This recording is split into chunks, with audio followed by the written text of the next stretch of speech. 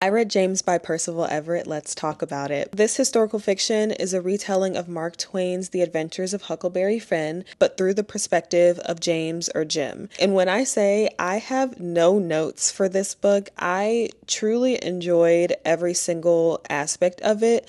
One, it's very fast paced. It was actually funny and a bit lighthearted, but also very emotional, and it doesn't downplay the severity of slavery. I loved how much agency Percival Everett gives James and other enslaved people. There are a lot of interesting aspects of slavery that I know about generally, but they were done so in a way that really made me rethink what it meant to live in this time. Of course, we have James, who is escaping slavery alongside a young white boy. We also have James and other enslaved people who know how to read and are actually a lot smarter than they let on. They code switch and they act certain ways around white people strictly for their survival. This was surprisingly funny in ways. It was emotional, of course. I cried at the ending. It was really just heartwarming to see James really take so much agency over his life, and I think it flipped what Mark Twain did to this character on its head. I wouldn't say it's necessary to read Mark Twain's book before you read this.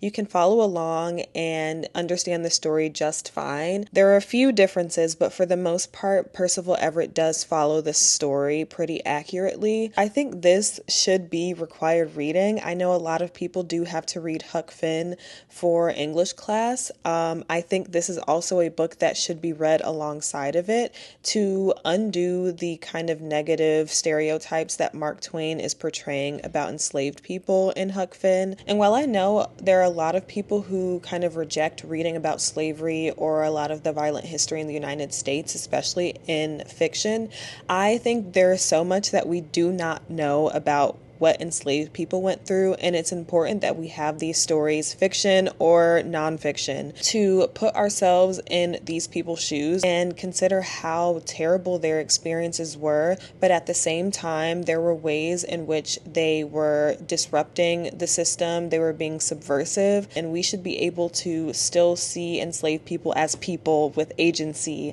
over their lives, over their experiences. So I would highly 1000% recommend this book if you have not read it already.